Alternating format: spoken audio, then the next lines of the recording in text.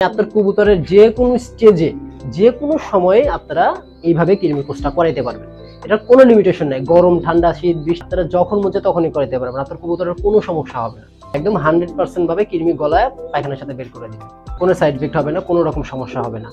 Plus এটা করলে একে তো কৃমির কোষের সমাধান হবে, দ্বিতীয়ত যেটা হবে আপনার কবুতরের পেটের যত জাতীয় সমস্যা এটু যে সব ক্লিয়ার করে দেবে কৃমির কোষের পাশাপাশি আপনার এটাও করে দেবে। আসসালামু আলাইকুম দর্শকবৃন্দ, আশা করি আপনারা সবাই ভালো আছেন।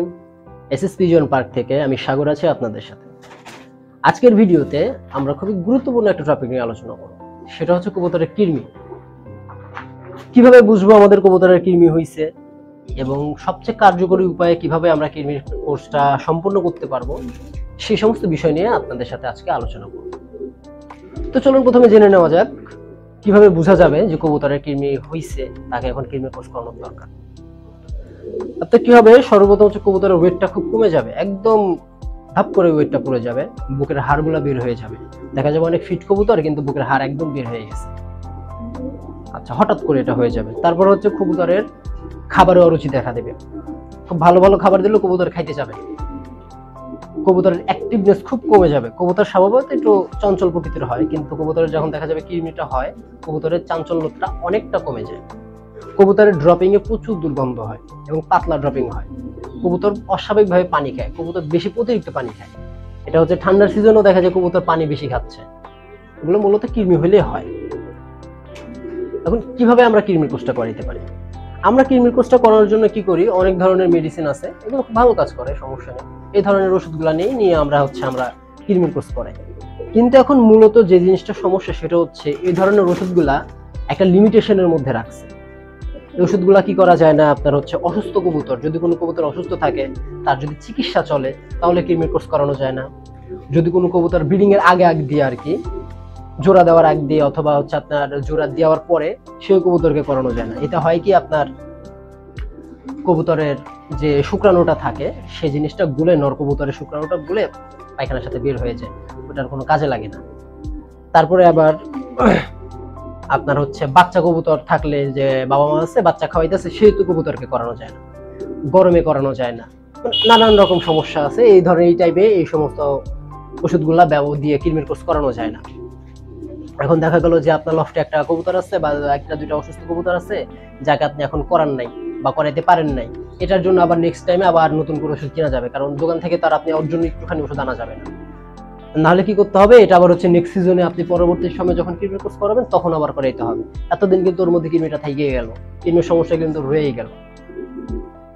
এখন এই সমস্যাগুলা সমাধানের জন্য আপনারা যেটা করতে পারেন, সবচেয়ে বেস্ট উপায় করতে পারেন, সেটা হচ্ছে হার্বাল উপায় করতে পারেন, একদম প্রাকৃতিক নিয়মে করতে পারেন, বিন্দু পরিমাণে কবুতরের কোনো সাইড এফেক্ট হবে না। আপনারা কিভাবে করতে পারেন, যেটা আমি আমার লফটে কন্টিনিউ ব্যবহার করে আসতেছি এতদিন এবং খুব ভালো রেজাল্ট পাইছি। আপনারা 1 লিটার পানির জন্য, আমি বলি 1 লিটার পানির জন্য আপনারা 50 গ্রাম শুকনা আমলকি, 50 গ্রাম শুকনা হরতকি, 50 গ্রাম বহেরা আর 20-30 টাকার চিরতার ডাল, আপনারা এগুলা সুন্দর করে কালেক্ট করবেন। এগুলা কালেক্ট করে সুন্দর করে আগে ওয়াশ করবেন, পরিষ্কার করবেন। পরিষ্কার করে এগুলো হচ্ছে আপনারা 1 লিটার পানির ভিতরে দিয়ে 36 থেকে 48 ঘন্টা, সবচেয়ে ভালো 36 ঘন্টার মতো বা 1.5 দিন আপনারা এটা হচ্ছে ভিজায় রাখবেন। ভিজায় রাখার পর আপনার পানিটা, ময়লাগুলা ছেঁকে পানিটা কবুতরকে খাওয়াবেন। এটা আপনারা কবুতর প্রতি 5 মিলি অথবা 10 মিলি খাওয়াইতে পারেন, যার যেরকম দরকার। আর এটার একদম বেস্ট রেজাল্ট পাবেন যদি এটা সকালবেলা খালি পেটে খাওয়াইতে পারেন, তাহলে সবচেয়ে কার্যকরী ভাবে এটা কাজ করবে। এটা ব্যবহার করার সবচেয়ে বড় বেনিফিট হচ্ছে আপনি এটা সুস্থ, অসুস্থ, বাচ্চা, বুড়া, ডিমে ডিম পারবে, আজকে বাচ্চা ফুটাইছে, মানে আপনার কবুতরের যে কোনো স্টেজে যে কোনো সময়ে আপনারা এইভাবে কৃমি কোর্সটা করাইতে পারবেন। এটার কোনো লিমিটেশন নাই, গরম ঠান্ডা শীত বৃষ্টি কোনো লিমিটেশন নেই, আপনারা যখন মন চায় তখনই করাইতে পারবেন। আপনার কবুতরের কোনো সমস্যা হবে না। কৃমি একদম গলায়, একদম 100% ভাবে কৃমি গলায় পায়খানার সাথে বের করে দিবে, কোনো সাইড ইফেক্ট হবে না, কোনো রকম সমস্যা হবে না। প্লাস এটা করলে একে তো কৃমির কোর্সের সমাধান হবে, দ্বিতীয়ত যেটা হবে আপনার কবুতরের পেট জাতীয় যত সমস্যা আছে, আপনার পেটে গ্যাস বলেন, বদহজম বা যে খাবারটা যে হজম হয় না, আটকে থাকে, জমা থাকে, এই ধরনের যত সমস্যা আছে, মানে ওর পেটের যত জাতীয় সমস্যা এটু যে সব ক্লিয়ার করে দেবে কৃমির কোর্সের পাশাপাশি আপনার এটাও করে দেবে।